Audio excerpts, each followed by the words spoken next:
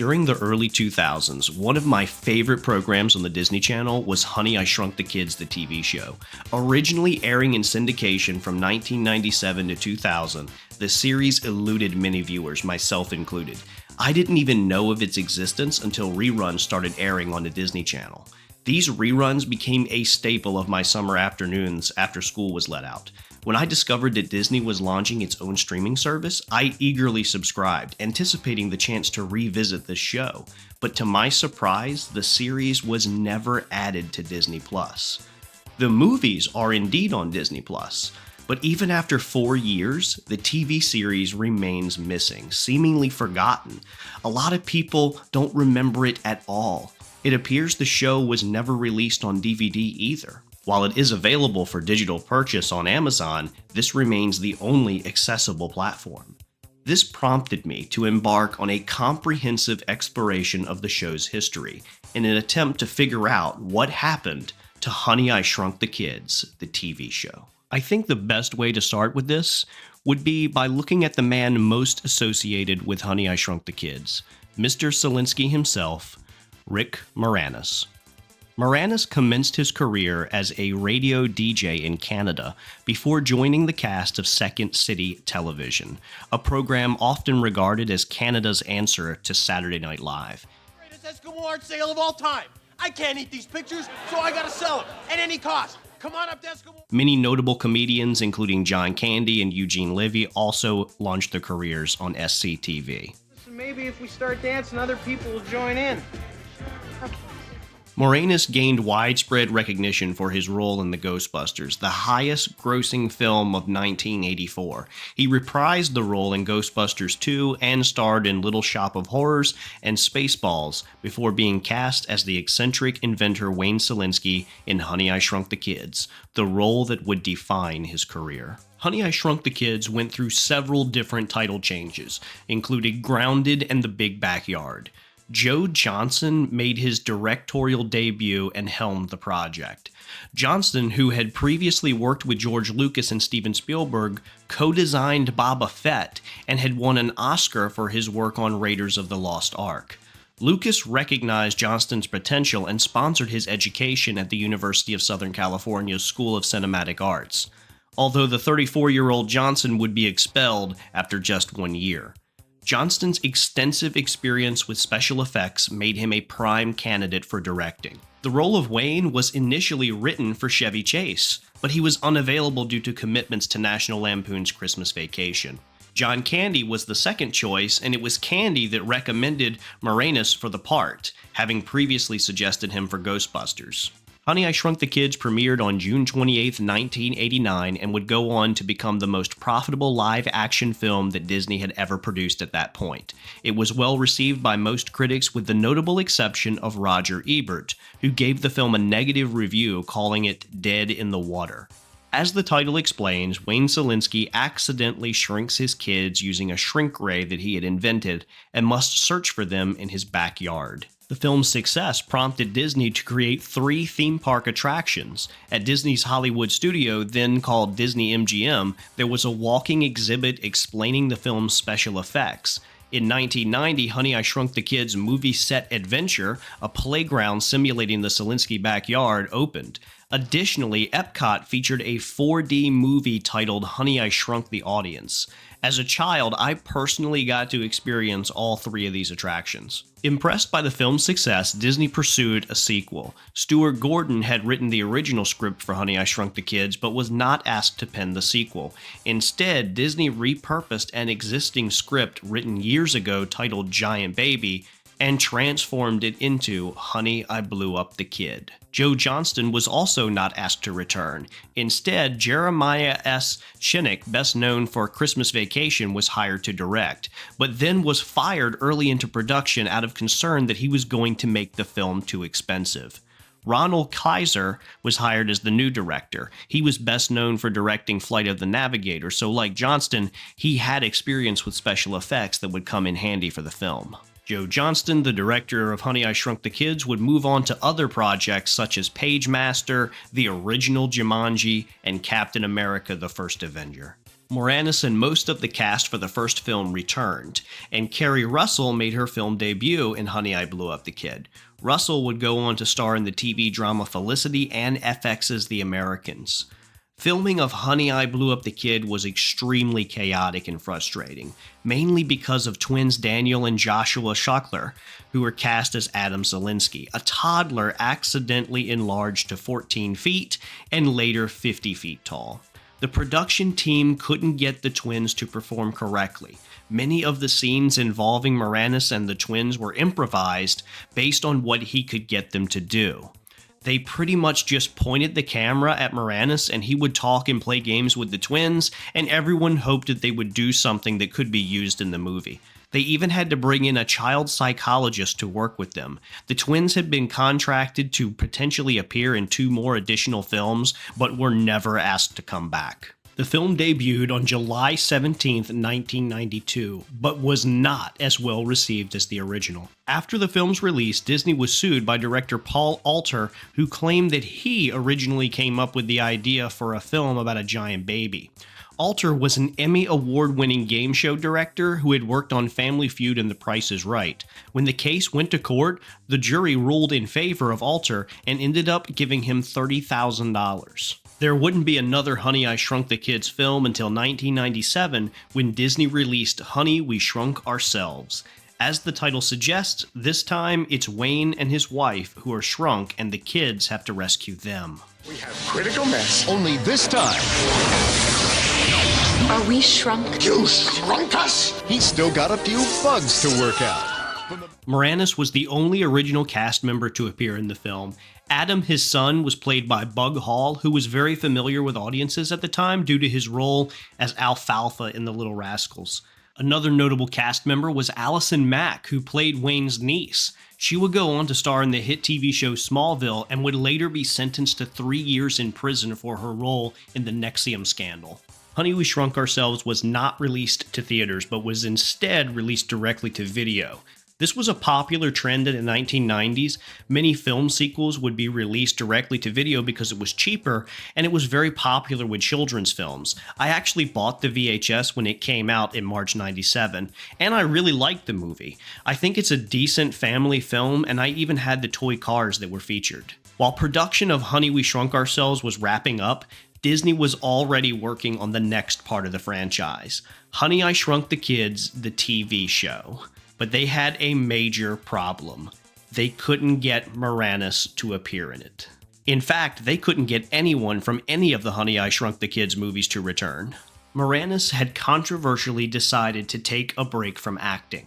Back in 1991, at the height of his fame, Moranis lost his wife to cancer and became a single father of 2 young children. Moranis wanted to focus on being a father instead of an actor. So in 1997, he took a break from acting, and he's only worked sporadically since then. Despite only appearing in a few films, Moranis is extremely well known because of how popular his movies were, especially among children in the 90s. One of my favorite films of Moranis is Little Giants, which I must have seen 100 times growing up, and I still see it on TV every now and then. I think Moranis' decision not to return for Honey, I Shrunk the Kids, the TV show, was probably the biggest reason why the series has been forgotten. To fill Moranis' shoes, Peter Scolari was hired to play Wayne Zielinski. Scolari had appeared on Newhart back in the 80s, but most of the kids watching the show were too young to have seen Newhart. The role of his wife Diane would be played by Barbara Allen Woods. Woods had previously appeared in a short-lived show on USA Network called Eden, and had even posed for Playboy to promote the show, but she was pretty much unknown. Thomas Decker, who played Nick Zielinski, was also unknown at the time. The only cast member that kids were likely to know was Hilary Tuck, who played Wayne's daughter Amy. Tuck had appeared in the film Camp Nowhere a few years earlier, which was a semi-popular kids movie that also featured Peter Scolari in a small role, as well as Allison Mack, who had just appeared in Honey, We Shrunk Ourselves. The show was adapted for TV by writers Kevin Murphy and Ed Ferrara. When I saw Ed Ferrara's name pop up in the opening credits, I couldn't believe it. I had to pause the screen. Most of you have probably never heard of Ed Ferrara unless you're a hardcore wrestling fan like me. During the mid-90s, Ferrara was an independent wrestler who worked on scripts during the week and wrestled at small local wrestling events on the weekends. WWE owner Vince McMahon heard about Ferrara and hired him in mid-1998. Ferrara and another writer named Vince Russo would go on to become the head writers for WWE for a few years before controversially leaving to join rival wrestling promotion WCW. As a result of Ferrara's interest in wrestling, he would leave Honey, I Shrunk the Kids after just the first season. During the 1990s, science fiction and fantasy TV shows were extremely popular. This was largely due to the success of Star Trek Next Generation and its various spin-offs. Other successful sci-fi shows during this time included Babylon 5, which if you haven't seen that show, it's amazing. It's like watching The West Wing, but in space. The X-Files, Xena the Warrior Princess, Hercules, The Legendary Journeys. By the late 90s, there was interest in developing more light-hearted sci-fi shows that focused on kids and teenagers. The best example of this would be Buffy the Vampire Slayer, and even Dexter's Laboratory on the Cartoon Network. In the first episode of Honey, I Shrunk the Kids, the Selinskys would move into a new neighborhood looking for a fresh start, where no one would really know much about their past. In that episode, Wayne would accidentally shrink the family and their van, which would then end up getting swallowed by Grandpa. It was the Selinsky version of the Fantastic Voyage. This kind of plot had been done before in other TV shows like The Rugrats and Magic School Bus, and even newer cartoons like Rick and Morty continue to do it. If we got up to the bronchial catwalk, we could look for a blockage. I'll go. Don't be a hero, kid. I'm not. The name of the pilot episode is Honey, We've Been Swallowed by Grandpa, and it would begin a trend where every episode would feature honey in the title. The first season contained many wild episodes. For example, in episode 5, Honey, I Shrunk the Science Dude, Wayne's brother shows up and they are accidentally shrunken while eating at McDonald's. And I don't mean a restaurant that looks like McDonald's, I mean the actual McDonald's. So basically the plot of the first movie, but instead of being in a backyard, they're at a McDonald's. The writers knew that if every episode involved the family being shrunk, then it would get old really quick. So during the first season, only 2 episodes featured the shrink ray as a main plot point. Most of the episodes would feature other inventions by Wayne that were never mentioned on the TV show. So instead of a Monster of the Week story like what was featured on many episodes of The X-Files, we got an Invention of the Week. The Wayne of the TV series differed significantly from the Wayne of the movies. Rick Moranis' Selinsky was an absent-minded inventor who was mainly known for the shrink ray, a few household inventions, and putting solar panels on the family van. Scolari's Wayne was significantly more intelligent and invented things such as a belt that gave him super speed like the Flash, love potions, and even a time machine. I would argue that Scolari's Wayne is much closer to Doc Brown from the Back to the Future franchise than it is to the original Wayne Selinsky. There seemed to be no limit to what he was capable of, and as a result, the writers were able to be very creative. There's even an episode during the first season where Wayne invents a teddy bear that has advanced AI, and then the teddy bear tries to take over the world. Surrender or die! Fluffy, not available in stores. Killer teddy bears are on the mark. But you can see them Freeze, Furball! Bring it on! the next Honey, I Shrunk the Kids, the TV show. Some of the episodes moved beyond just science fiction and inventions and entered the realm of fantasy. In one episode, the Selinsky family faces off against a group of angry leprechauns, and in another, Diane and Wayne try to help a family of Sasquatches. Perhaps the most memorable episode of the first season involved Wayne taking the family on a vacation to the Old West via his time machine. In the beginning, it seems like this episode is going to be simple. They go back in time, they get stuck, but then they figure out a way to get back. However, it gets much more complex. While in the Old West, the Selinskys find an alien who had his ship stolen. The alien also has a very strange way of eating.